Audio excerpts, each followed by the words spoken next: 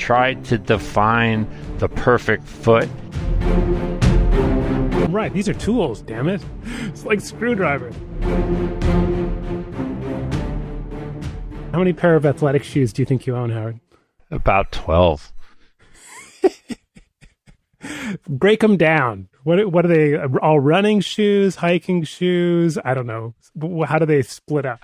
So as you know, I enjoy running trails, and trails here are wickedly different than yours. So yeah. I have those for muddy trails with deep teeth. I have those with really soft rubber for rocks and granite. I have higher controlled shoes. I have more cushioned shoes. I have minimalist shoes for the road, shoes for short runs and long runs. It's nuts. It starts to sound like a golf bag. I have a pitching wedge. I have a sand wedge. I have a 4-iron. You know what I mean? It's really insane. I actually get embarrassed when I look in that corner of my closet. My kids make fun of me because my wife has a lot of shoes, and I always make jokes about all these shoes. And my kids pointed out that I actually had an entire rack in the garage, 4 levels high, just of my shoes. And I was like, oh, crap. Well, that's not the same. Those are all really useful. It's completely different. I try to use the excuse that, well, I'm using them to exercise. So it's different than your boots that are worn once and go to the back of the closet. Right. These are tools, damn it. It's like screwdrivers. So I'm the same. I'm roughly a dozen pair of shoes, although mine are more eclectic. I have I think 6 or 7 pair of running shoes, mostly similar to your setup, minimalist stuff, more control stuff, higher drop, lower drop. We don't have a lot of wet conditions, so I don't even have anything too much for that, but I have things that are more oriented towards longer runs, shorter runs. And then I have three pair of cycling shoes, 1 pair of road, 2 pair of mountain bike. It's just madness. And then a pair of climbing shoes, because once in a while I'm out on some rock somewhere. We have a lot of running shoes, which makes us domain experts.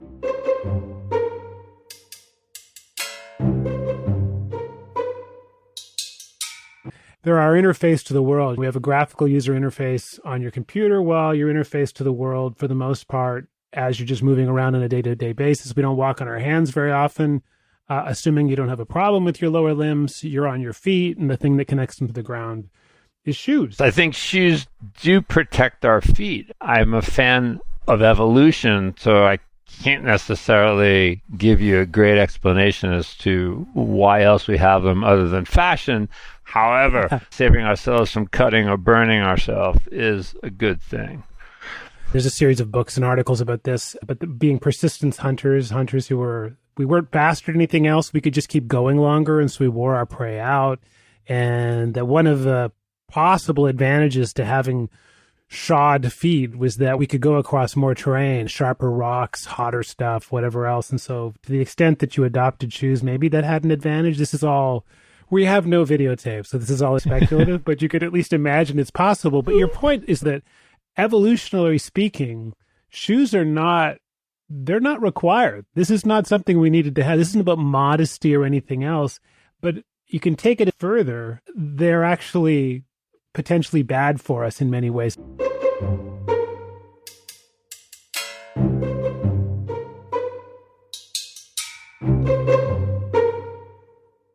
Let's talk about what goes wrong. For a long time, I was just terrible at buying shoes, and I think most people are in terms of running shoes. I've been talked into buying the wrong shoe. I find that to be a big problem. Instead of buying the shoe that simply feels best, or of course, look, we all have our favorite colors, our favorite shapes, our favorite patterns. And we see something on this wall of 150 shoes, and it draws our attention to it. And then you get into this pattern of, now I've got to justify it to myself. I've spent $140 on this pair of shoes. Damn it. I am going to like them. And that tends not to work out so well because your foot's not really that interested in how much you spent on the shoe. Your foot's more interested in whether or not it's cutting off circulation or causing cramps or whatever else. The mistake that I used to make the most was I consistently bought too small. And I remember people telling me this, that I needed to have a finger or maybe a thumb's width in front of your big toe on your longest foot. And I didn't believe it. I thought that was too much room. Like, you could put a squirrel in there. I don't need all that extra space. What's it there for? And you know what changed it? It was probably 4 or 5 years ago. I kicked a rock harder than I have ever kicked a rock in my life, to the point that I literally thought I shattered the big toe in my left foot into 1,000 pieces, just fragments only left. And I realized, you know what? It's not such a bad idea to have a bit of space in front of, if I'm not going to run in steel-toed shoes, I better think about having a little bit of space in front. It's not such a good idea to have toe, thin rubber, velocity, kinetic energy, large rock, right? You need a buffer. I think it's also, people don't realize their feet swell, they splay, and runners actually need a larger size than their regular shoes. It's absolutely true.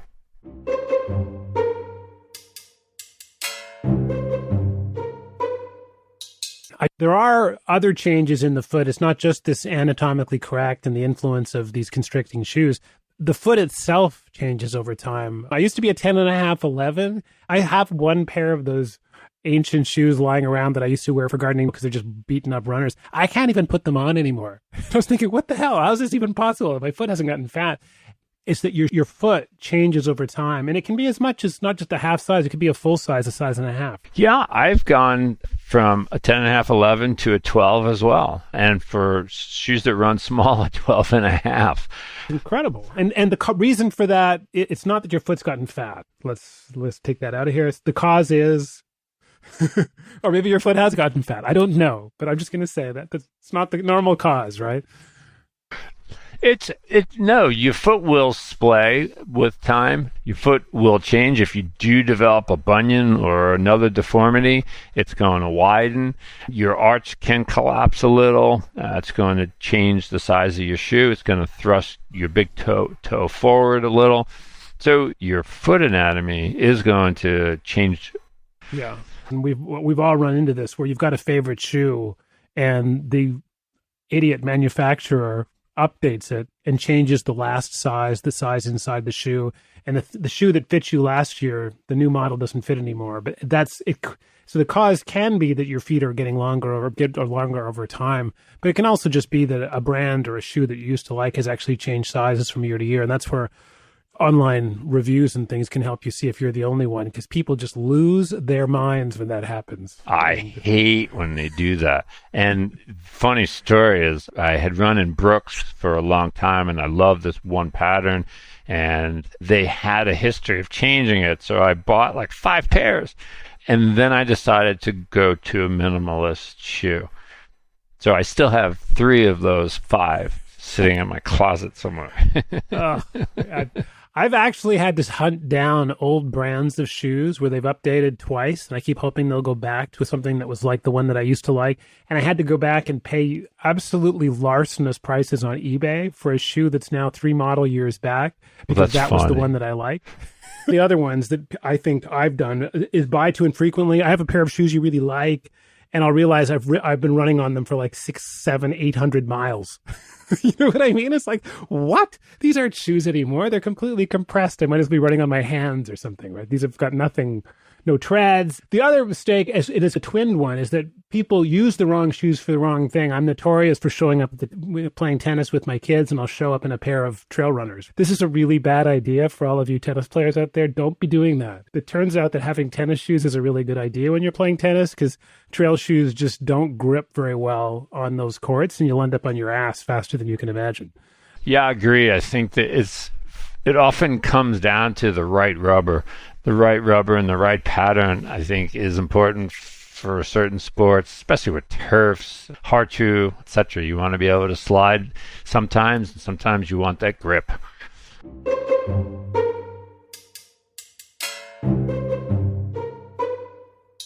Running shoes used to be fairly simple. It was running shoes versus things that weren't running shoes. It's completely changed. Not only there's shoes for every sport and shoes for every foot type, wide, narrow, length, high arch, low arch, whatever else, control shoes.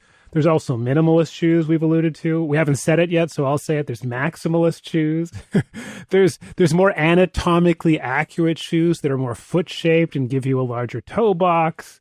Then you get into things like stack height and drop and sole composition. It's madness. Right. It's really confusing. And if you're buying a shoe and a salesman is talking to you, they can make a pitch for any shoe and you're going to think that that's appropriate for you. Especially if it's the new thing. And it was now, what, 6 years ago, maybe 7 years ago? It might have been longer.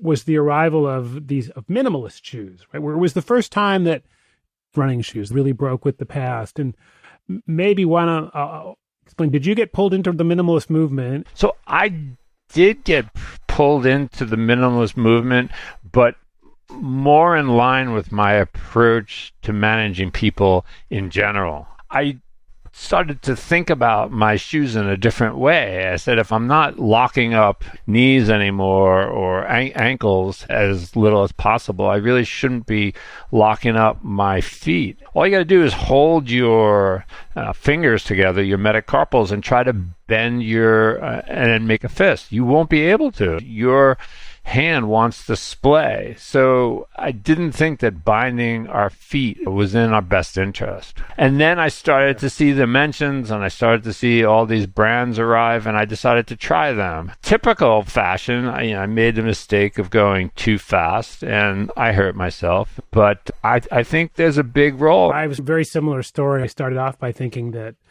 I had read some of the, the Natural Born Runner? Born to Run, sorry. The book Born to Run. And I had read some of that stuff like every other person on the planet and thought, this makes a lot of sense. So that helped pull me in. And the explanations were very bioplausible. And that I, like you, I ended up with, I think, a pair of Merrell trail gloves back at the time. The point being that we recognized there's a reason why feet are shaped the way that they are. And there's reasons why having them shaped that way tend to be, from an evolutionary standpoint, turned out to be advantageous, as evidenced by our continuing presence. We were able to get enough calories to not die despite not having shoes. So this should at least have made us question why we were having these shoes that were so bound up and controlling and providing arch support and not allowing toe splay. And so that was a really interesting moment in the recent history of shoes. But the spirit of it was, let's let feet move in a more anatomically defensible way, that this is what they want to do, so let them do it, right? Right. I think we went too far. I think we tried to define the perfect foot. And if your foot was a little flatter, it was pathological. If your arch was too high, it was pathological. We had such a narrow window in what we observed as the perfect foot that we tried to fit these shoes onto feet by giving them way too many different types of shoes. And it ended up creating problems for us.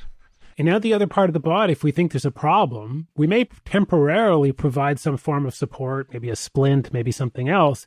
But our goal is not to have it be permanent. Our goal is to have it go there, alleviate whatever the source of inflammation or stress is, or whatever it might be, and then take it away. Whereas in the foot, for some reason, we had convinced ourselves that all of these things had to be splinted for life, whether it was control shoes and ankle stabilization or arch height and pronation, and all of these different things were errors that were best fixed by permanent splints.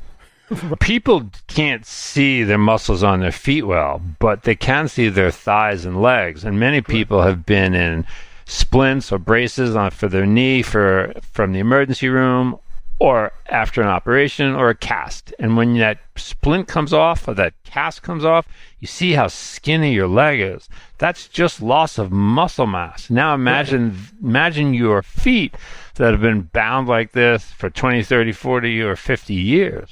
There's 26 bones, 30 joints, something like 25, 30 muscles and tendons, ligaments, a bazillion ligaments inside your foot. Just because you can't see them doesn't mean they aren't there. Yeah, the structure of the foot is incredibly complex. The structure of the arch is maintained by the bony architecture, by some very strong ligaments, as well as some significant tendons attached to the muscles of our legs. And if we don't allow these muscles to exercise, they atrophy.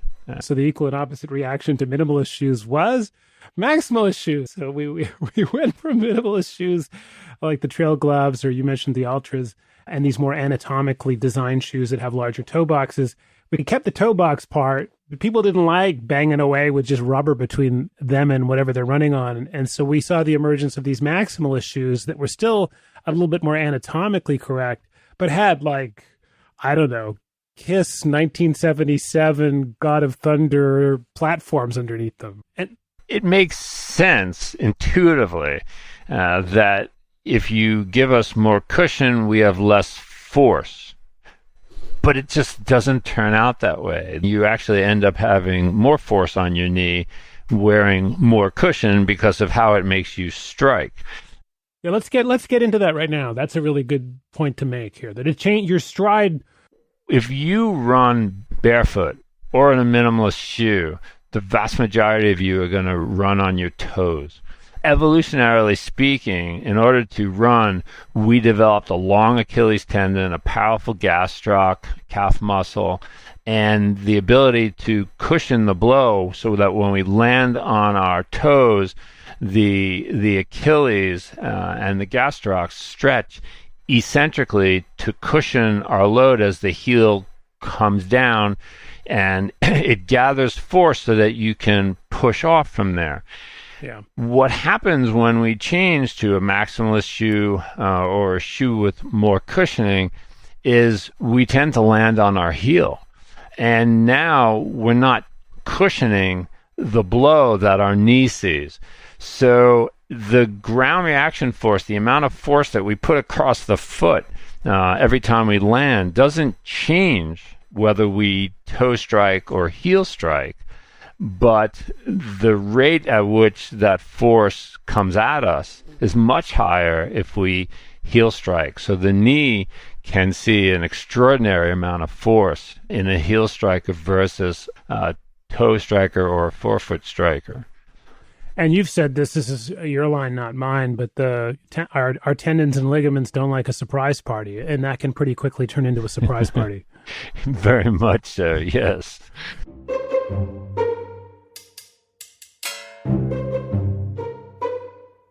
So what kinds of injuries, what sorts of things do we tend to see that are just foot specific and may or may not be caused by a poorly fitting shoe? And maybe start off with, well, you've already just been going through this, right? The stress fracture is a good example. Yeah, so the type of shoe that we wear can also influence how we land. So if you're wearing a traditional shoe or a maximalist shoe and you're landing on your midfoot or heel, you're landing more on the outside of your foot. And the tread wear on a shoe will always tell you that. So you're putting more stress on the outer side of the foot, and you can be more prone to stress fractures there. It also changes the way that the stress is distributed through the foot as you move forward to toe rise. So you're putting other metatarsals at risk. If you're landing on your heel, the muscles in the front of your leg, like the intertibialis, etc., are much smaller muscles, but now they have to work eccentrically to slow the rate at which your foot comes down. Instead of using your calf or gastrocs, which are much more powerful, and evolutionarily speaking, those are the ones that were meant to slow the foot. So if we're using our anterior muscles, the ones on the front of the leg, to slow the foot because we heel strike, that's why we get shin splints and other associated injuries. Because we're using evolutionarily speaking, we're using the wrong muscles for the wrong things, but it really comes back to gait and running dynamics. Right, and it's amazing how just changing your shoe will make you run differently. Every time I put in a minimalist shoe, I'm landing on my toes, and my calves hurt the next day because they've had a great exercise. And as soon as I go back to my maximalist shoes, my knees will ache and bother me. I see a tremendous difference. Yeah, and there's also this notion of drop. The difference between your heel and your toe in terms of how level the shoe is across the bottom, where the heel sticks out a little bit more and the toes a little bit less, that's the drop of your shoe. And even that can cause, let's say you think you've got less padded shoes, but it still has 6 or 7 or 8 or 10 millimeter drop on the shoe, you're still going to be a heel striker because the heel protrudes more. Right. I'm not sure where heels came from in the original, design of footwear, but that shortens our Achilles. So our Achilles is not used to standing at its normal length if you're wearing a heel. Yeah. So you got to be careful when you play with drops. Going from a 1 to a 0 can get you out of running for 6 months easily. I've got my hand up over here. It got me out for a little while, but these are the things that people miss, this surprise party problem. The other one that I find really interesting, and this goes back to these more anatomically accurate shoes like the Ultras and some of the minimalist shoes, is that the toe box itself can make a big difference. I didn't realize for the longest time that bunions was a word I'd heard that felt vaguely to do with grandparents, possibly. I wasn't really sure. I had no idea that one of the main causes of it, at least in runner, is a toe box that's too small and is persistently forcing your toes to converge, in particular the big toe, which leaves this protrusion on the outside of the foot on the lateral side alongside the big toe, which can become very, very painful for people and even cause them some serious consequences over time. Right. And once a bunion occurs, it's not going to correct itself. So it's going to progress to the point where you're going to want to have an operation. And you never want to have an operation on your foot unless you need one. But you're right. A lot of these problems, such as hammer toes and bunions, except for rare neurological conditions, etc., are a problem of shoe-wearing populations. Now, if you stand up on a piece of paper and you outline your foot in a standing posture and then put your shoe over that, you'll see why. It's not unusual to have an inch difference on the sides between the size of your foot that your foot wants and the size that it's being forced into. Yeah, it feels like almost medieval when you spend too much time thinking about it. I was running this morning and I have a pair of Nikes I really like, and Nikes are notorious for being narrower, I'll say, than an awful lot of other brands. And I looked down and I thought, this outline looks nothing like my feet. I don't know what this shape is, but anatomically, it's not the shape of my feet. I like them; they're colorful and everything else, but it's not the shape of my feet. But that has consequences. I argue sometimes that if, let's say, you've had a history of ankle sprains, that some of these maximalist shoes might not be the best thing for you to be running around on, no more than you'd want to be running around in platform shoes. Is that just my voodoo, or does that make any sense to you? No, you're 100% correct. So we've talked about force straight up and down, right? The ground reactive force. But we have a lateral force and we have anterior and posterior force, or forward and back. So if your foot is higher off the ground because of a lot of padding, you're adding a lot of lateral stresses and risks. You're adding some instability, and there will be more medial and lateral motion in a shoe at foot strike with a higher shoe, a higher stack shoe than a lower stack shoe. So you do throw risks in there because that will transfer up to the ankle very quickly.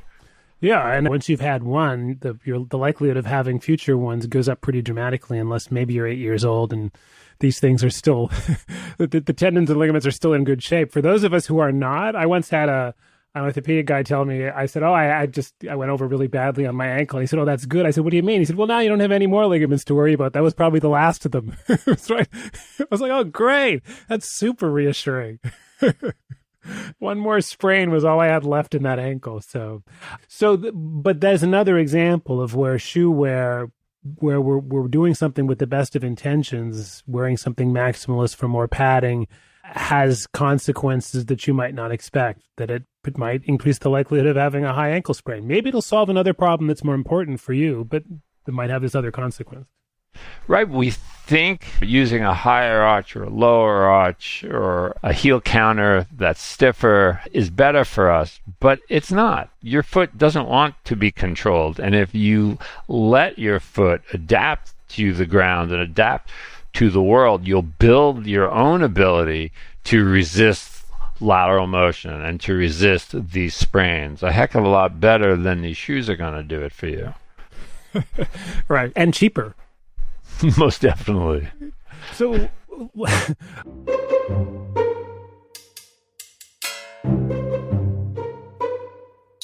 is if you play Sherlock Holmes and look at someone's shoes, you can tell an awful lot. You can tell just by the wear patterns whether they're a heel striker or a toe striker, if they have a tendency to pronate. You can see all of that in the wear patterns on the shoe. And if I've had it where I've shown people that, and they act like I'm literally Sherlock Holmes showing up at their house. It's like, how the hell did you know that? Well, dude, look at the bottom of your foot. Look at your shoe.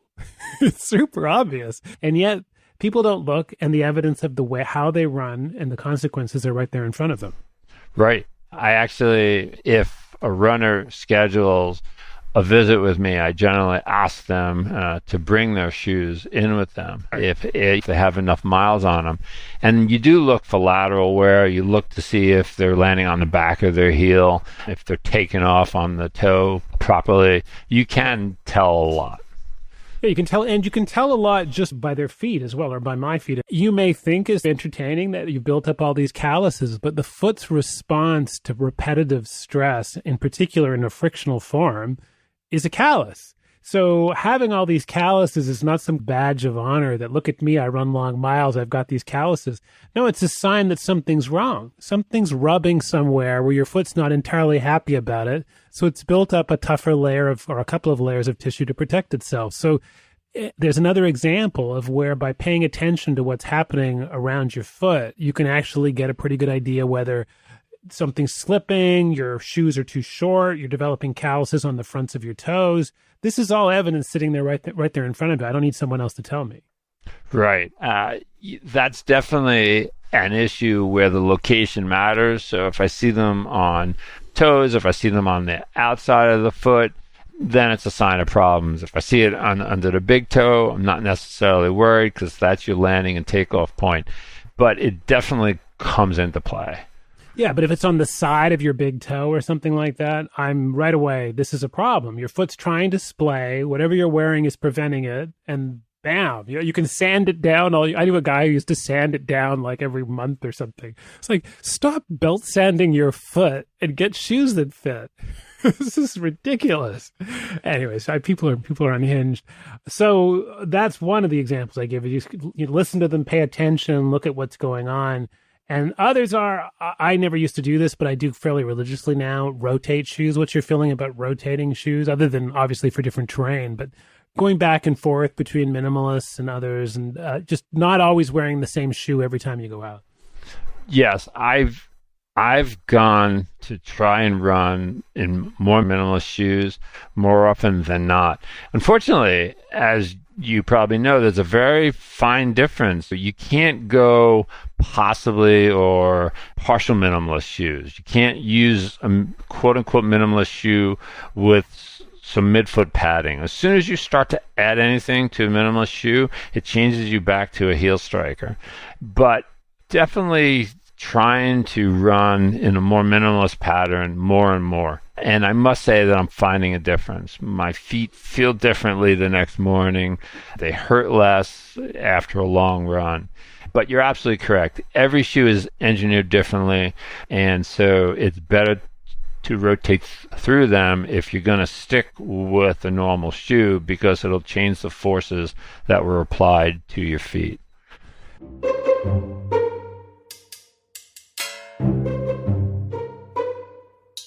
I was mentioning this a bit earlier, retiring them sooner than you think. Just because you don't have holes in the bottoms or sides or whatever else, that doesn't mean this shoe is good for another 200, 300 miles. Yeah, there's no doubt, especially with a lot of the more cushiony ones. They are only lasting 150 to 200 miles. And some, like the Zeros, will guarantee their sole for 5,000 miles. But I think 300 miles is a good threshold for you to change your shoes at.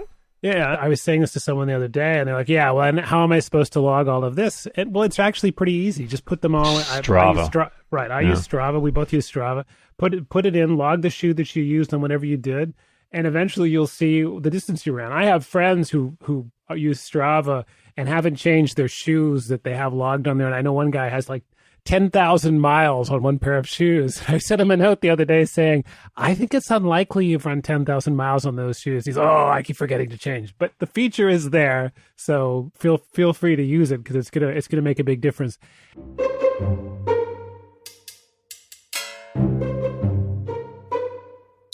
If you want to proactively watch out for signs of injury in the foot, if I'm a runner, it's normal to feel aches and pains in your foot. I always joke, if I run long enough, every part of my body hurts at least once that day.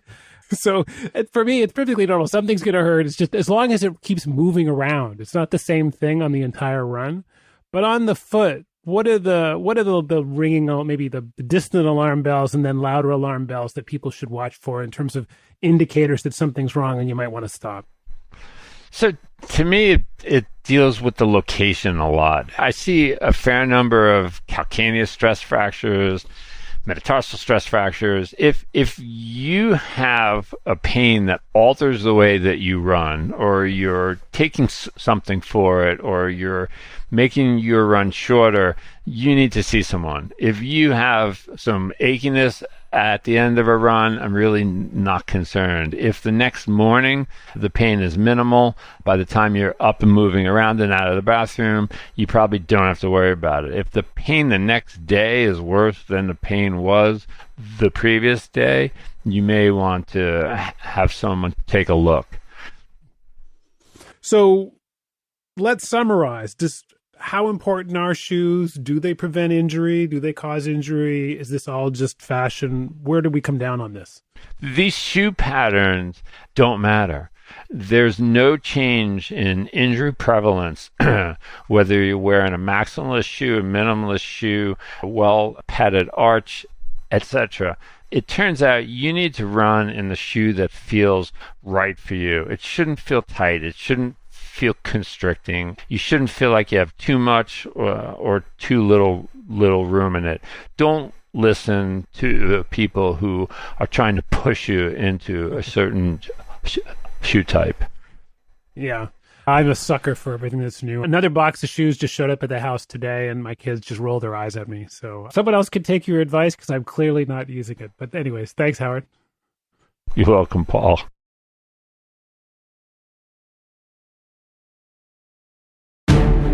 This podcast is for general informational purposes only and does not constitute the practice of medicine or other professional healthcare services, including the giving of medical advice. No doctor-patient relationship is formed. The use of information on this podcast or materials linked from this podcast is at the user's own risk. Content of this podcast is not intended to be a substitute for professional medical advice, diagnosis, or treatment. Users should not disregard or delay in obtaining medical advice for any medical condition they may have and should seek the assistance of their healthcare professionals for any such conditions. And we will not respond to requests for medical advice.